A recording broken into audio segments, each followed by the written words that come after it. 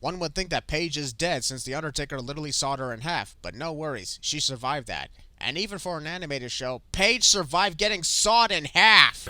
What do you mean, trick? It took The Undertaker literally until the second to last episode before he really started becoming The Undertaker. What's up? What's up? Shouldn't R-Truth's voice be getting quieter since he's moving the microphone further away from his face at times? Sasha Banks says, I am really tempted to walk out of Camp WWE because I'm being used as a DJ and not my full potential in the talent show phase. And in this case, I actually wouldn't blame her. What the hell? Also, Sasha Banks has never been seen in Camp WWE up until right now, and the one thing WWE uses her for is a DJ cameo who looks bored out of her mind.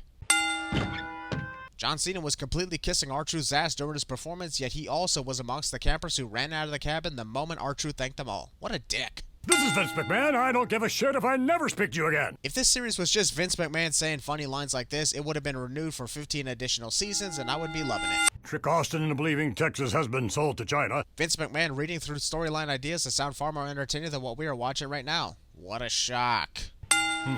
Wait, what? Vince is shocked that he's scheduled to be assassinated despite the fact that he literally circled the date on the calendar. Who would want to kill me? Internet virgins. Vince is pressing the same number over and over. The number you have reached has been disconnected. Stephanie McMahon runs the assassination company, apparently. Is she planning on taking over as the CEO of Camp WWE or something? Nah, that'd be ridiculous. Right? Either John Cena is the strongest kid in the world to be able to bust through that cabin wall, or that cabin wall is the weakest in the world, which makes me wonder why it hasn't collapsed by now. Yeah. 13 inches. The record company actually asked the size of a child's penis. I would hang up the phone right now and call the police. R-Truth went from standing at the front door in one shot to suddenly standing in the middle of the room past the wall John Cena destroyed in the next shot. Why use a record deal when you got teleportation powers?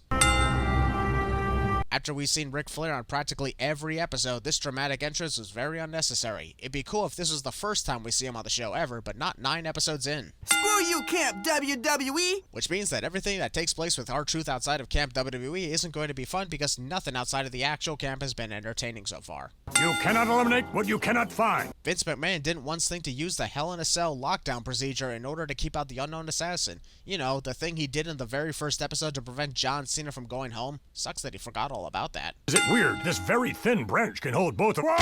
Cartoon logic shuts down the moment a character starts to question a cliche. No one will ever find me in the girls' cabin. Well, I mean, unless the assassin is a female. Oops. I knew girls farted. Gosh darn it, Vince McMahon is endlessly entertaining in this series. I fucking love it. He actually made a fart joke funny. That's nearly impossible to do. Missed opportunity to have a Rob Van Dam cameo during the sequence of Vince getting high with Sergeant Slaughter. We're gonna buy a house made of water. Show me that! You've got a sold-out show in Hollywood in 20 minutes. Well, then R-Truth is definitely missing out on the concert because if they're not even in Hollywood, how is he supposed to make it there in less than 20? They don't care, do they?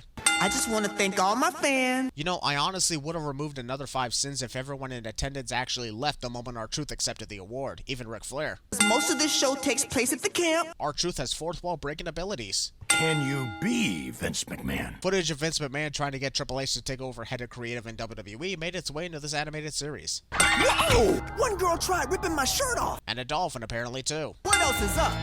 What else is up? Musician becomes famous off one single hit and then reveals themselves to be a fraud, which ends their career cliche. John Cena's mouth went from clenched open to completely closed with no change in the sound of his straining. Who says I love you one day and beat it the next? The WWE Universe, when their favorites win the top championship of the company. Happens every time. It somehow took Ric Flair and R-Truth doing the make it rain move before they realized they didn't have any money. This is a sad image. We got Bray Wyatt over there, who was prominent in episode 5 but then ultimately forgotten, The Rock, who was prominent in episode 2 but then ultimately forgotten, and Roman Reigns, who was always forgotten. Also, how the fuck is Paige still alive and sewn back together?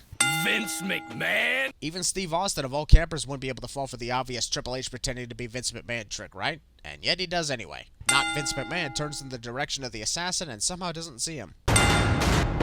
Determined character jumps in the air in a dramatic rescue fashion, only to fall a distance away from the target in danger cliche. Whoa! What?! Triple H did see the assassin when he was looking directly at him earlier, but sees him when his back is completely turned away? I call bullshit! Live by the sword. If I were the assassin, I wouldn't be worried about The Undertaker killing me with a saw. After all, Paige survived it easily.